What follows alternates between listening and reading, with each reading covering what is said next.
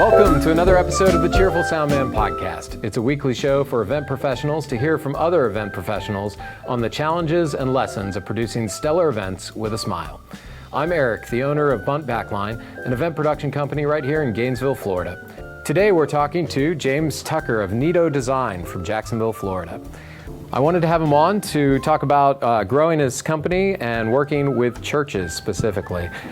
So can't wait to have that chat. But before we dive in, make sure you follow the show on Instagram at The Cheerful Soundman. All right, let's dive in. Hey James, thanks for coming on. Hey, thanks Eric. Thanks for having me out. Yeah, so we'll give you a little intro. Tell us a little bit about yourself, what you do, where you're from, those type of things. Well, I'm from Jacksonville, Florida, and I run a little company called Neato Design, and we've been at it for 4 years, which is a pretty big deal. We specialize in small to medium-sized productions, small to medium installations, do a lot of house of worship, a lot of awesome things like that. We got into a little bit of rental gear last year, and yeah, we've just been rocking. All right.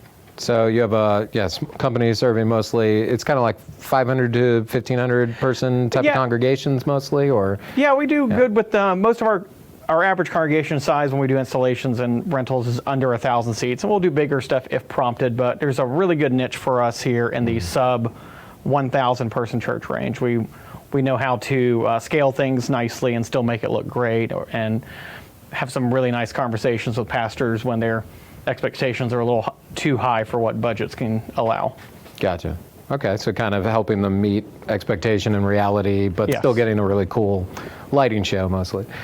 So what compelled you, or how did you get into production in the first place? How did you get into this line of work?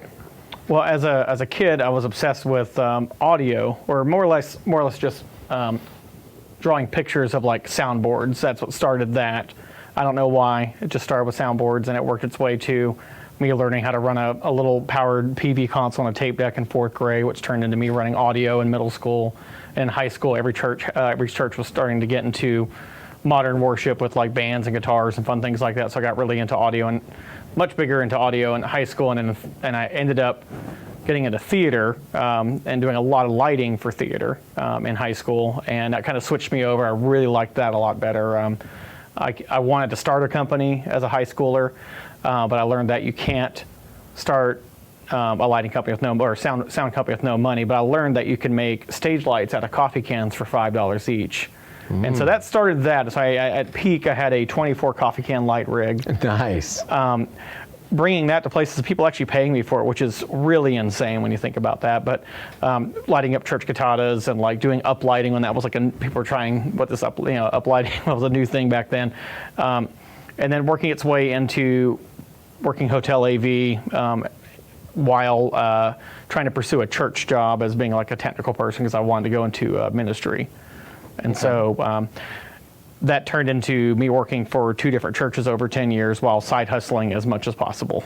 And okay, so you became a tech director at a church, or what was your, give me your background there, because I know that's really integral and important to the work you do. That's kind of your clientele as well. Yeah.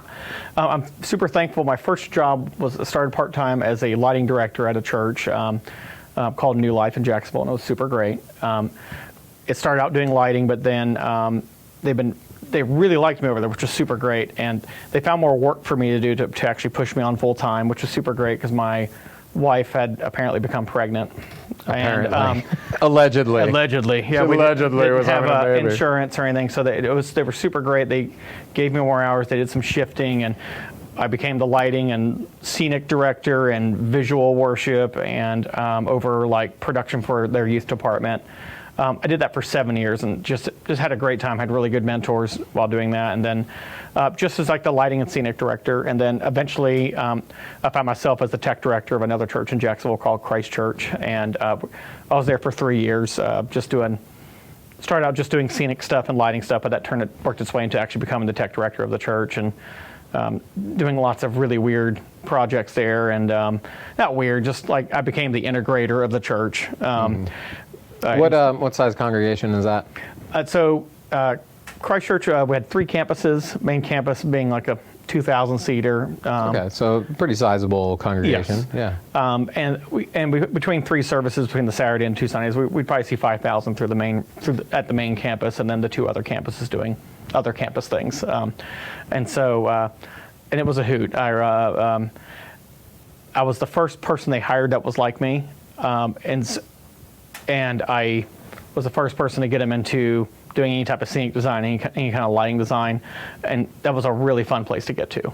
And so, meaning you were the first like technical director, or the first person focused on like more visual creative as a technical director? More visual, because every other technical director they'd hired had let's get this audio like pristine, but the servers looked bad, or let's get this video really dialed in, but not realizing that like the systems in the other rooms were breaking and falling apart, and that's part of the job too. Right. And so, so I came in started out just in contract lighting, and that became a technical director position. And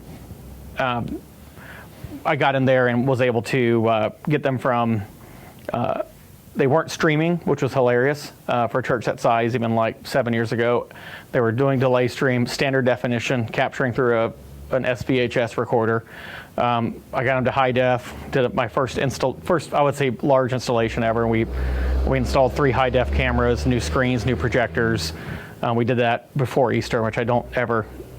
Like right before Easter? The week of Easter, that was our big thing. One Easter is I saw how much money we were renting things for, and knew how much I could how much I can find things for doing some wheeling and dealing. And yeah, the week of Easter, I took the Easter rental money and turned that into half of a video system, and the other half came from allocating some other funds from other fun things. And so that sounds like a difficult week. Yeah, we didn't sleep. I didn't sleep a lot that week. Yeah. And so I don't recommend it to anybody. That sounds like the type of week that takes a couple years off your life on the back end. Yeah, I think my hair was a little darker before that. Don't blame it on the 4 kids I have at the house. It's the gray hair is definitely from 3 years of being a tech director of a big church. Fair enough. It's actually the colors come back as you've left. Yes, yes. Moved on. Yeah. It's starting to regrow in.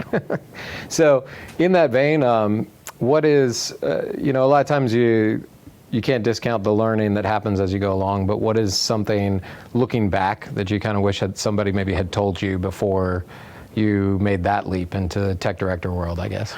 Well, was at my first church. I was obviously younger. Every member you're younger, but I was really trying really hard to do as much as possible.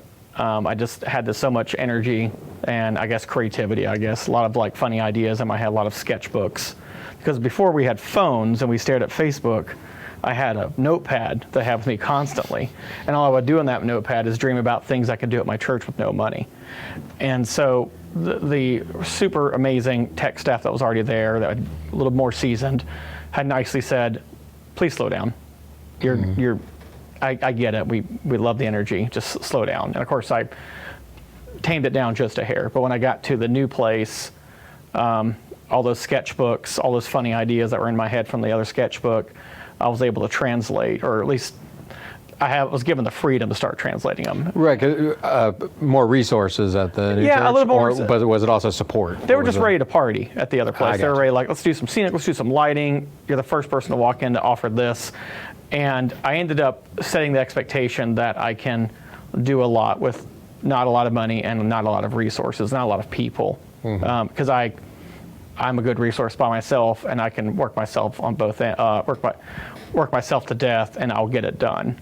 And hindsight's 20/20. I wish someone would have said, just slow down, slow your roll, get yourself into the position. Don't set expectations that you're going to kill yourself to get a project done, or you'll sacrifice everything to get a project done. And yeah, so I became addicted to those attaboys. Those like, man, great job, James. You did that thing. We didn't think you were going to pull it off with all this going on. You pulled off an Easter, a giant video system installation during Easter. Okay, great. Now here's these other things. Now for my next miracle. Yes, and I became this like funny miracle worker, not separately from Jesus, not put myself on that plane, but like for not spending a ton of cash and with very little help and pulling favors here and there, a little bit of wheeling and dealing with church equipment. Yeah, I pulled a lot off, but yeah, ruined me in the long run because I set that up. And, Right. And that was the expectation. And then it's hard to pull back from that. It definitely is. Once you Both from their perspective, but also yours of like, well, because if you dial back, then it's like you're not outputting the same. So then it almost feels like a change of your value there as well. Right. And I was so, it sounds silly and it's a confidence issue, but like I was so afraid because in the church world, having a technical person, a lighting person, that's a luxury item. I mean, it still is. I mean, it even was a luxury item 5-10 years ago. I was a full-time lighting director of a church. There wasn't many churches with paid technical people. So I just thought any moment of the day, there was going to be a need arise and I was going to lose my job. And that's in my head. My job wasn't in danger or anything like that, but it's just in my head. So I had to always prove that I can pretty much kick ass at this job. I can kick ass at whatever. Because I thought if productivity slipped just a hair, they're gonna have a meeting and realize we need another youth pastor. Where we're gonna find that money? We have a lighting director. We have a technical guy we can get rid of. Because in the realm of things, I would think you'd probably fire me before and hire another youth guy or another pastor because I feel like that's higher on the chain. So I operated in that made me a little manic along the way. In your time doing this, what is the biggest production fail or catastrophe or problem that you have experienced or dealt with in your years? You don't have to name names if it's not, we don't have to dime anybody out for anything terrible or anything like that, but I always like to get a good, terrible thing, war story. Oh man. I'm trying to incriminate myself or people too much. One of the first churches I worked in, we didn't have a Hazer, which sounds like a very first world problem, but back then it was a big deal. But and Hazers were still expensive. So on cheaplights.com bought a Hazer for $200 to hopefully fill a 2,600 seat room. Bought it out of my own money. And I was looking up and I thought the projectors had died. We had our projectors in the catwalk. I actually also had the Hazer on the catwalk so it would hit the returns and it looked great. And I noticed that the projectors weren't projectoring. And so I'm like, let me go up there and check something. And then we dial it back. So, sorry. We noticed the projectors weren't projectoring, and then I got a call on the phone, on the intercom. James, can you go check up there? Did the breaker trip up there? Because the breaker's way up on the catwalk. And I go take a look, and I realized that the Hazer for $200 that I was very gingerly running. The AC had turned off. I had it on a timer on my lighting console to go full off every minute or so. The DMX driver had died on the Hazer, and it had just been spewing haze for 5-6 minutes straight to the point to where it obscured the projectors. So they were on. They were just clouded out so bad you couldn't see them. And just my perspective, being in a booth on the balcony level, I didn't see it, and so obviously I killed the Hazer, and I ran back to the booth and got on the intercom because I knew at some point the HVAC was going to kick on, and it was going to look like a Pink Floyd concert. And that church was anti-concert, which was really tough. So I'm like, I better figure this out. So I called basically we had a radio upstairs too. It was my emergency. Something crazy is happening in the sanctuary. I had to call and ask for all the doors to open and ask for the HVAC not to be on for the rest of the service because I knew it was just going to turn on and kill everybody. And and they had not done the sermon yet. So I had to wait till I had to go in the catwalk and make sure all the haze had dissipated. And okay, kick the AC back on, please. Okay, and then we can, and so I was just scared to death. And I was like, I knew if I had one bad mishap with haze, that would never be allowed. No more haze. Yeah. It'd be so hard to go back from that. The amount of funny church haze conversations that I've had with various guys. I think when Jared was on, I think we had a whole from Greenhouse, long thing about haze. It's it's haze. Definitely an issue. And certain churches are very much anti-haze, but then they like to look at it. And then it's funny because I know at least 4 or 5 people that then convinced to the church to let them try it, and then half the time it sets off some obscure oxygen sensor or something and a fire alarm and then it's never again, no more haze. You've ruined it forever. So let's transition a little bit. As you know, I think you've heard, we had a global pandemic in the last 18 months or so. How have things been for you and the new business? You said about 4 years into Neato since leaving the church gig?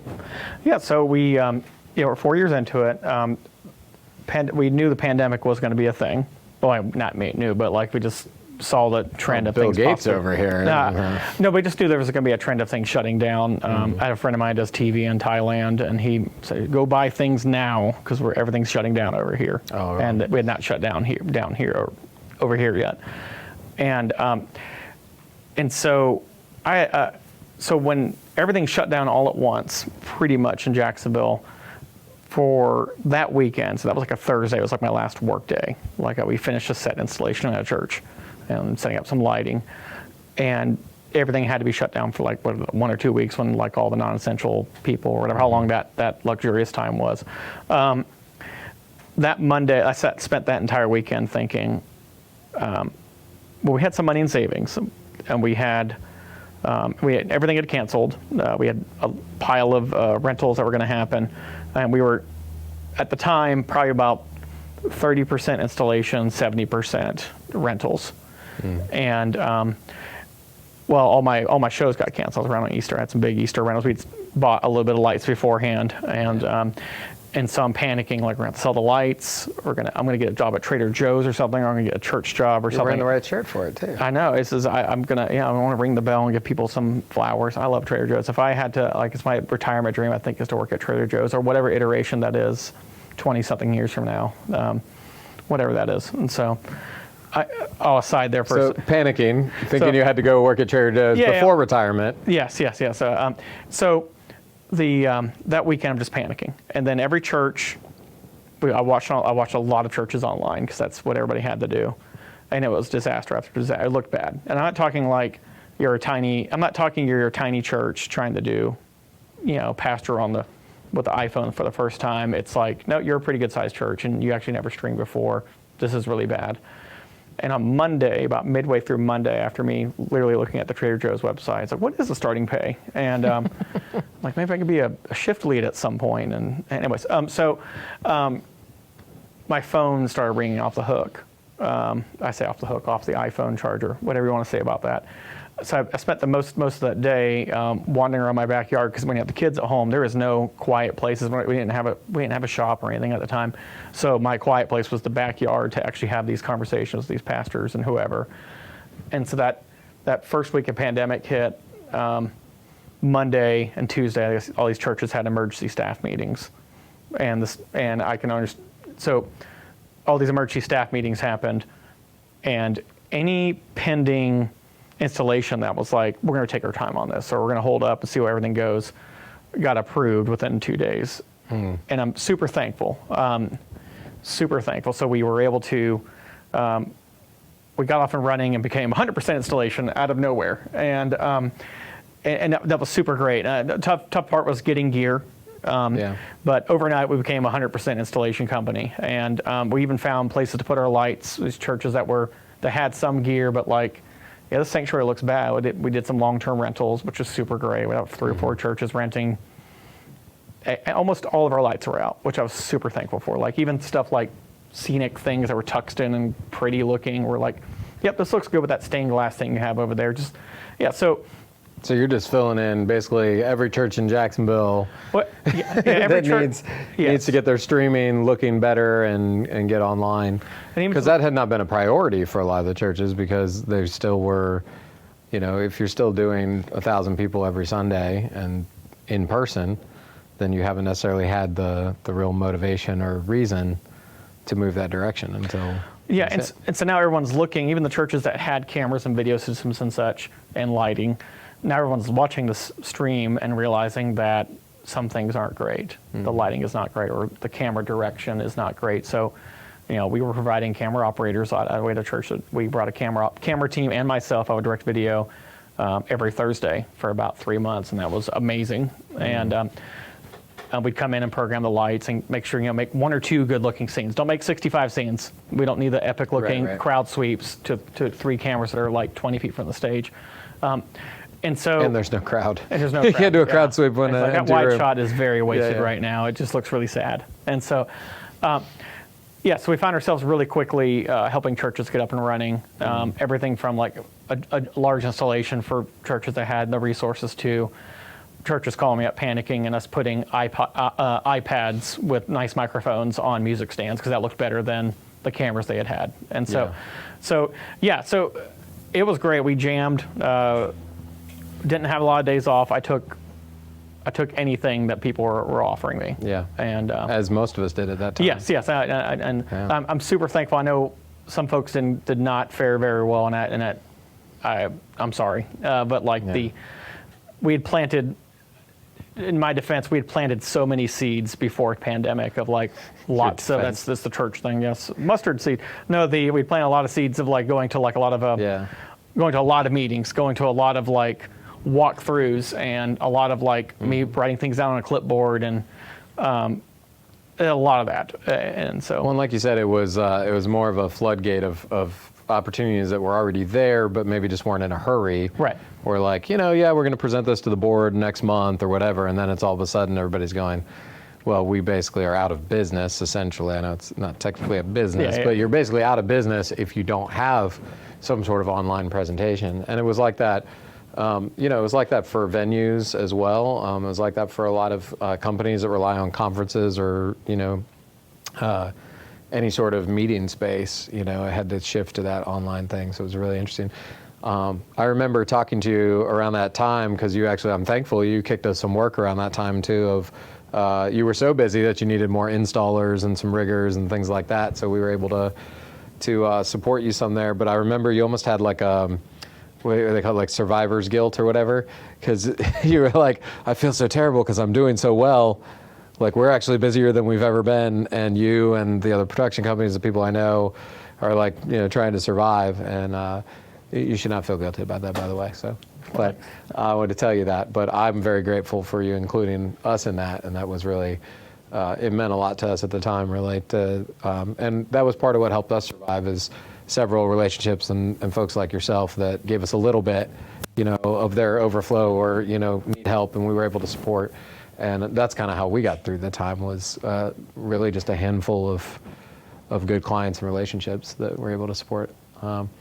So on that topic of like, again, the church aspect, what would you say really for kind of the tech directors or worship leaders or worship pastors or even pastors that have the responsibility of of overseeing tech at their church. Again, let's kind of maybe stick with the size that you typically deal with, 500 to 1,500 type of range. What are some really like baseline best practices, things that they should be addressing right now if they're not already? Like, what's the kind of first couple things? Everybody always wants to be like, what equipment do I need to buy? And I think we've talked about this before. It's almost never necessarily that right out of the gate. There's things to address. So a lot of the places we walk into, they had okay equipment. We're not talking like 4K, whatever, but they had really okay equipment. Functional stuff. Yeah. It's just that even like full-time video guys at churches did not know how to do basic things like, how do I make these lyrics appear at the bottom of the screen? Or we'd walk into a church and their cameras were pretty okay, and they were wanting like new, quoting on new video gear. It's like, oh, these cameras look horrible. This one doesn't match that one. That doesn't match one, and they didn't know they could white balance their cameras. Just like, so a lot of people don't stop and Google things, or stop and call somebody, or stop and look at. I know everyone's quick to bash Facebook, and because it can be a force of evil, but like if you get in some of those really nerdy AV groups, there's some scary people in there to say horrible things. But there's also a bunch of super nerds that if you're cool, they'll help you through every situation. Oh yeah. And on top of that, no one networks. They don't go to the church down the road and find out how they're doing things or what practices to retain volunteers.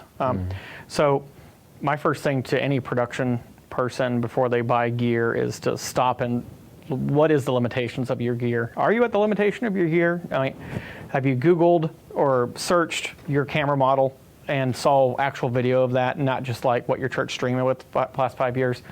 your switcher, but you don't like the company name or something silly like that, have you went on YouTube and looked for that? And so people just stop and they don't take time to learn things. And so my biggest take is, stop and learn how to run this. Stop and learn how to use this before we do. I wonder if some of that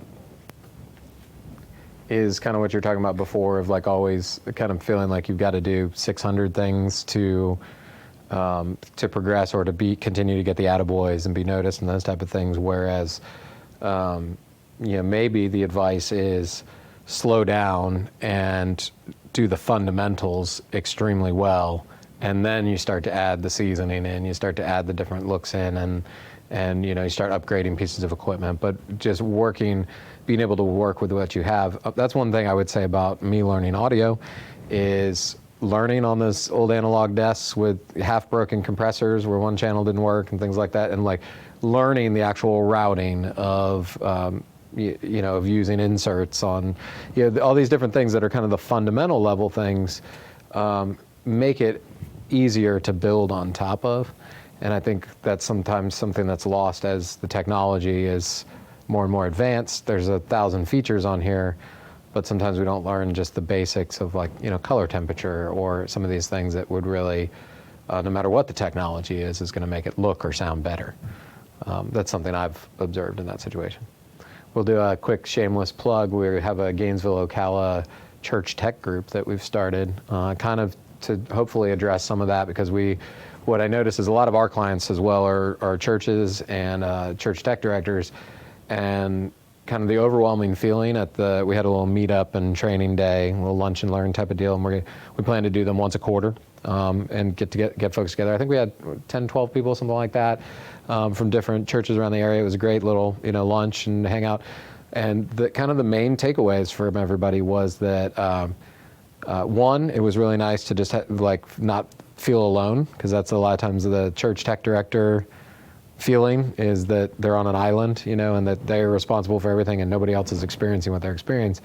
And so there was a lot of really good community. So I would encourage, like you were saying, to try to network locally, and I think for church guys it's very hard, but to try to maybe get an occasional Sunday off as a work trip to go to another church that you think is doing it well. So try to maneuver that so that maybe there's a more low-key week where there's a guest preacher, and it's during the summer and not as many people there, or whatever the case is, and then try to get across town, not necessarily to the mega church that's doing all the crazy stuff, but the church that's somewhat comparable, make some relationships and get to know people. I think the other thing people get into is that the other churches are their competition, instead of that they're on a similar or same mission, really. But they're different flavors of it, and a lot of times they can benefit a lot from being, knowing each other and being in a relationship with each other. I find that with production companies, I much more enjoy. I like that there's competition. I like that there's multiple companies out there doing different things, and everybody does it a little differently. And I find a lot more value out of networking with others, and learning from other people, seeing the cool stuff they're doing, and trying to learn from them as well. And and then trying to edge them out and do a little better, and maybe down the road, but all in like kind of a healthy competition sort of way. And I think that really translates to the church world too, of like let's see what other people are doing, learn from them, maybe offer them some learning and opportunities as well, and have a reciprocation of relationship there. So any kind of like the failure question, the biggest failure, do you have any just really wacky stories or cautionary tales from working in the small church world? Man. You can think about it for a moment. Yes. We play the beauty Jeopardy of editing. winning. Yeah. Wacky things. I don't want to get into crazy charismatic stories that could end me. Well, I have one where we had the deacon of an AME church threatened to, he told, it was Erickson, he told Erickson that he would have to beat the check out of him if he was going to take it home with him tonight. It was like, and his exact response was, well, we're not going to do that, but the boss said to get a check tonight because we were done. Well, so But I just like we're not going to do that. Nobody's beating anything out of anybody. I'm actually just going to leave. It's like $300 balance. It's not, this isn't real money we're talking about. So I have two stories that have to deal with, of all the dumb things. So like I grew up having CDs to play for walk-in music because we had CD players. That was the premier choice of doing things. And then, well, that's digital audio. Yeah. So it's cutting edge. The carousel in the back, and churches went away from that and started using streaming services. And for some reason, all of a sudden, people weren't making pre-show playlist or whatever. One of my first weeks at the church at Christ Church, I walked in our went to the youth service for the first time. It's like, what's going on up here? Because we had a cool youth room, lights and things like that. And they played music through Spotify, and we're a pretty large church, but for some reason they didn't have the Spotify premium account. And we're talking early Spotify. And so they had on some like just Christian rock and roll, whatever playlist, playing your whatever stuff. And so an ad came on, the little Isaiah was actually a lighting guy, came and just turned the music down while the ad was playing, listened to it in headphones and put it back up. Very dedicated to the art. Okay. And he's a dedicated commercial ducker. Yes. Yeah. And so, and that was back when there was like Zales, and there was like a lot of really weird things there. So anyway, I get invited to go to the prayer before service, and there's probably like 60 or so kids in the room. Middle school service, very important. And so me and the lighting guy, the band, pastor guy, go in the back to pray and talk about service with planning center and things like that. And all of a sudden I heard the music dip, and Isaiah looks at me and says, "Oh, we probably should have muted the thing." We walk out and there's a Trojan condom ad playing over the PA in a room just full of middle schoolers. And this was like, I'm talking Spotify, so we're talking it's a full length. It's a 30 Trojan seconds to a minute ad. There's like a little, oh, Trojan Man, yeah. What's happening? Oh, no. And one of my first acts as a tech guy there, I wrote a nice, very poignant email. It's like, we're the third largest church in town. Could we not spend $100 a year on Spotify Premium? So that we don't have to have middle schoolers giggling about the condom commercial. My first credit card purchase was like Spotify Premium accounts for all the venues, because we can't have that ever again. That's the dumbest thing I ever heard. And then kind of shifting a little bit. So we talked about kind of your church world experience, but you're also actively, growing a pretty young production and installation company. For folks that maybe are 4 or more years behind you, getting ready to start or starting out, what's some pieces of advice that you might give, or what's to scale or grow from just being the guy maybe that everybody calls because they know you know how to do stuff, to actually like kind of becoming a company? What would be a thing or two that you might impart? Portfolios really do matter. And I'm not talking, and I may be dating myself, I don't think you have to have the most polished looking portfolio. You need to look busy. You need to look like you know how to do things. So like your Instagram or something along those lines. And right, and you don't need to just be on Instagram. Our Facebook page still gets us a lot of work. It's interesting. Younger churches will contact me through Instagram. Older churches will contact me through Facebook. Mm-hmm. So both have to keep up. But I'm not putting like 5-star content out there. I'm like, yep, we're soldering stuff. Oh yeah, we know how to do that. People need to know that you know how to do things. If they just know you as James, the lighting guy, who had coffee cans at one point, that was always just a lighting guy, but he doesn't know how to fix our cameras, or he doesn't know how to build a set. So I always tell folks if they're starting to just keep a record of things, make a blog. Does that still exist? I used to have a blog spot, and I would keep track of things. So if I was starting out, before I make a giant highlight reel and hire a photographer, I would just like even dumb cell phone photos. Just make sure that people can find your work, even the most mundane, because people are going to call you for really cool things. We're going to bring the lights in and do the cool things, but they're also going to call you like, oh yeah, we somebody broke our snake by moving the soundboard and all the channels are broken. So now we got to solder that. But we saw that you soldered that. So can you solder this? And now you have a solder gig because of a dumb iPhone 4 photo. Well, and those little gigs like that, I can't tell you how many very large and very lucrative gigs I've gotten because we went and serviced something small. So the other thing is that's all part of growing and relationship building too. So you go over there and yeah, you resolder a couple channels on the board. And then the next time they call you, they thought of you first because you were the guy who was available and came ready, knew what you were doing, came prepared and knocked it out. And that's been, I mean, that was how we got to where we are as well, was just by being available for those smaller jobs. Our kind of barrier to entry has gone up a little as we've grown as a company, been doing it a little longer. But, we still do that. And especially if it's a client that, I have certain clients that I'm not a great like beat your door down salesman or anything like that. But I have some clients that are circled of like, this is a bigger church or a venue that I would like to, if I get any opportunity to get in there, I'm going to take it. And so when I get some of those folks even asking like, hey, we need to rent 2 wireless mics, I make sure that we have them, that's a good price, it's available. We might even, if we're going to be in the neighborhood, we might even throw in a delivery or something, like trying to go above and beyond, especially for the clients that you really are like, I think this could be a really good client for my budding company. And that can really, I think, take you a long way as well. And talking about scaling up production, what I run into when I run into younger guys trying to do things, they have equipment. It's a really weird mixed bag of things. Mm-hmm. If I wanted to start a lighting, video, and sound company and try to start them all at once without a loan or just buying things here and there, I'm going to end up with like a weird amount of SM58, some random LED pars, and some broken Blackmagic cameras or something like that, and I won't look like I have any reach whatsoever.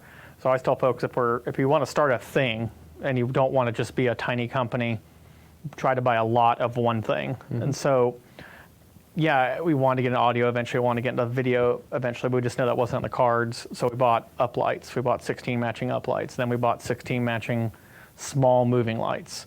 And the 16 uplights allowed us to do big wedding gigs. The 16 small movers, or medium size, whatever they were, Mac 101-esque kind of movers, allowed us to be rented by other companies. Here's 16 matching lights because you have 16 spots or something. Or here is, we're able to bring in 16 lights that match, that can look big in the sanctuary.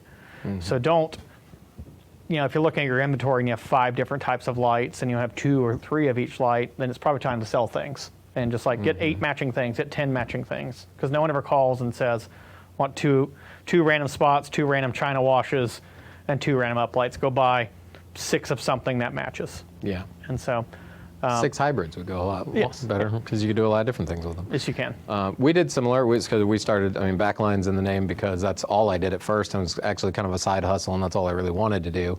But we just kept expanding Backline, and then at some point we were like, well, we're getting a lot of calls because I'm an audio engineer as well, so getting a lot of calls. So we bought a little QSC system, some powered speakers and some wedges, and then we grew that a little bit. Then it was like, oh, well, we need some lights. We got some, just basic par wash, and so to add to that, it's to get kind of, I would also say you don't have to definitely don't buy the high end stuff first.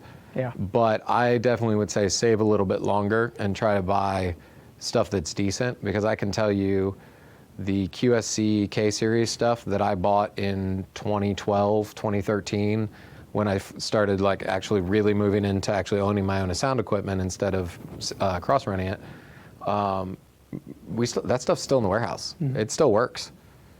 We clean it up and stuff, but it's maybe we replaced an amp module on one of them, but that stuff's all out regularly still, because we bought a nice Ford F-150 level is what I call it, versus we didn't try to go super high, but then we also didn't get the $100 speakers, because I think that's another thing. It's better to, in a lot of ways, when you're first starting out or learning and learning the business aspect of it, I think it's better to make relationships with people like yourself or myself that have, where you can go rent a couple extra speakers Shout out Pat Shoemaker. He used to work for me. He's doing small sound gigs in Jacksonville now.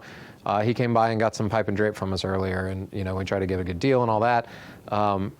But for him at this point, it doesn't make sense to buy a bunch of pipe and drape, right? So also just because he's growing the sound portion of his business, So that's another recommendation I make is don't be afraid to rent, because also a lot of times those relationships those relationships you're building with that rental house also become relationships you can lean on as you grow and say, because we support piles of companies where they just hire us for lighting or just video or just sound, and they're doing the rest of it. And if you can form those type of relationships, you can scale infinitely faster because you're not relying on your bank account or your income to scale it. You're relying on each gig allows you to scale versus taking out a $200,000 loan just to get started and then hemorrhaging because you've got that loan payment every month and you don't have enough work coming in for that. That was something you have said to me a few times that I think you've been, and correct me if I'm wrong, but very intentional in building with cash versus taking out any large loans or anything like that. Can you speak to that at all? Like you don't have to tell us your personal business, well, but I know this chart here. Yeah. So we've tried to stay out of debt as much as possible. Super scared of scary amounts of debt. We're trying to stay out of that. We paid cash because best way to describe it is I'm a son of a car salesman, and I grew up with my dad always buying and selling a car here and there. Like I had like 6 different cars in high school, not because I'm horrible to my cars, but just because my dad would buy a car for me that was, something he had, and then someone would call him and say, hey, I need a 4-door sedan. Well, I happen to be driving a 4-door sedan. So he'd sell and make a profit. And, so he'd flip it and get a different car. For us early on, I didn't have the money to buy any lighting equipment. We had some money saved up, but I would do a little bit of wheeling and dealing with churches that you walk into a church and they'd have a 12 by 12 room just full of gear, and we would trade a little bit of work for some cash and the gear. They're like, well, we can't sell this. There's usually a logistical nightmare. Some churches love selling things and love doing that. Then other churches are like, can you just please just take this? We're either going to throw it away or we can't. There's lots of paperwork. Can you just take the stuff? And I got my first set of moving lights through doing a day and a half of work at a church putting up LED pars. And so just but buying. To them, it was going in the dumpster. Yes. And now they just got value from you helping them. Right. And you were able to basically scrounge and pick up some value. Right. So I do that a lot. Even in the installation part of things, so like, hey, I'll take X amount of dollars off. Let me try to flip your old gear for you because you don't have the money to buy all this, or you don't have the money for the labor. Don't go out of your way and don't get in debt. Don't lose labor money out of it. But so we do a lot of wheeling and dealing, and almost every piece of gear I have is because I flipped another piece of gear. It's bananas. And I have an Excel spreadsheet with everything on it. It's hilarious. So you do have a spreadsheet? Yeah, I do have a spreadsheet. It's just to prove to my wife that no, this is why I'm buying this, because we're going to fix it up, and a lot of that. And I've kind of got a weird reputation. Literally before I came here today, a church called me up that was like, when I was doing their install, I jokingly said, hey, when you want to get rid of this stuff, let me know. We can work something out. They called me up and said, hey, we're literally about to throw this away. I remember you talking to me, and I walked away with 4 old moving lights and some road cases, and they were literally going to throw it away. And so I'm going to take the movers, I'm going to clean them up, I'm going to flip them, make a really good Craigslist ad, and that's going to go towards buying the next fun thing, because we want to try to, if we're buying gear, do it all with cash. And so. I think we do need to start wrapping up. So thank you. I feel like you've given us a lot of great words of wisdom for both the church world as well as the budding production world. What's either a band or a podcast that you're digging that you think more people should know about? Or so I have a few I'm listening to. Okay. If you're in the Christian world,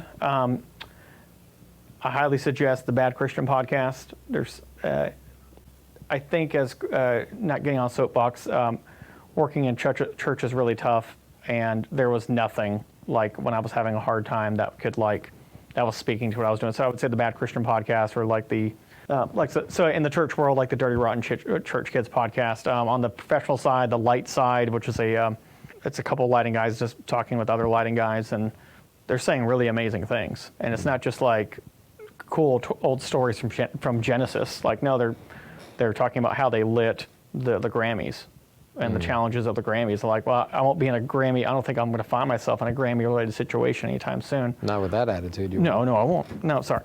But but hearing how they respond to like multiple directors and multiple people with their own needs, and balancing the act LDs that come with the tour and the director of photography in the booth. Like, I mean, just hearing stories, the Light Side podcast, or Geezers and Gear, or just I've heard about it. I haven't listened to that one. I've heard that. Oh yeah, really it's great. Yeah. And it's not just, and that's not just like, hey, I used to tour Genesis. So it's like, no, I run a company, or I used to run this, or I used to be in Solotech when we just were the only Verilight people. Like a lot of very interesting stories.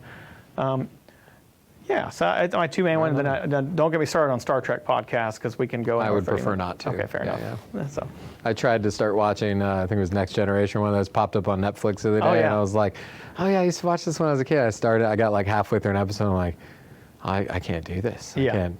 This is not going to work for me at this point in life. But anyway, I'm sure it's great if you're into it.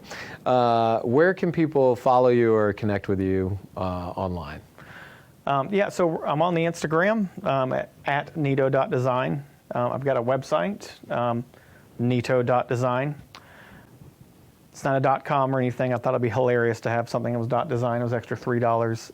Well, no, again, not to do that. But my website, Neato.design, or email me, James at Neato.design.com. Is that still a thing? Is it available? Neato.design.com? No. That's actually belongs to a labeling company called Neato Design. And every once in a while, I'll get a phone call with someone with a labeling problem. One time it really was an old guy, and we were on the phone for 10 minutes trying to help him. Like, it's like a P-Touch labeler with these custom, like, I was really on the phone with the guy for 10 minutes. Like, no, this isn't me. You really do want us to just help people. He wants to be in customer service so bad. You're doing it for Neato labeling design. But it's Neato, Neato.design. Come hang out. We can tabernacle. Yeah. Something I noticed, and this kind of goes back to earlier on building your business, that I noticed that I would like to compliment you on that. I felt like definitely like when you were kind of first starting, so 2, 3, 4 years ago, I noticed pretty much every tech-related Facebook group I was in, could pretty much count on James Tucker answering a question for somebody, for free, free advice, like, yeah, you could do this, or, and a lot of it was like how to, like kind of your specialty of like how to repurpose something. Oh, you could use, if you have some old park cans around, you could put them here and you put them at this angle. Throw us up a picture of your space, let's see what it looks like. And, you were offering a lot of free advice. And I think whether those turn into direct conversions or not, I think people see that, and they see your willingness and desire to help other people. And I think ultimately that translates into, growth, and, growth as you established as an expert, which I think you very much are. I always enjoy working with you. I'm very grateful you came on today. Thanks for coming. Thanks for coming down to the Gainsville. Yeah. And appreciate having you on. Well, thanks for having me out. I do appreciate it. Yeah. Thanks for tuning in to another episode of the Cheerful Soundman podcast. If you like the show, it would be awesome if you could subscribe and leave a review on Apple or Spotify podcast. And follow us on Instagram at The Cheerful Soundman. That would make our day. Either way, thank you for tuning in, and we really hope you enjoyed it, and hopefully you got a little something out of it too. Can't wait until we get to share the next episode, which will drop next Tuesday. So stay tuned, and until then, don't suck and don't be a jerk.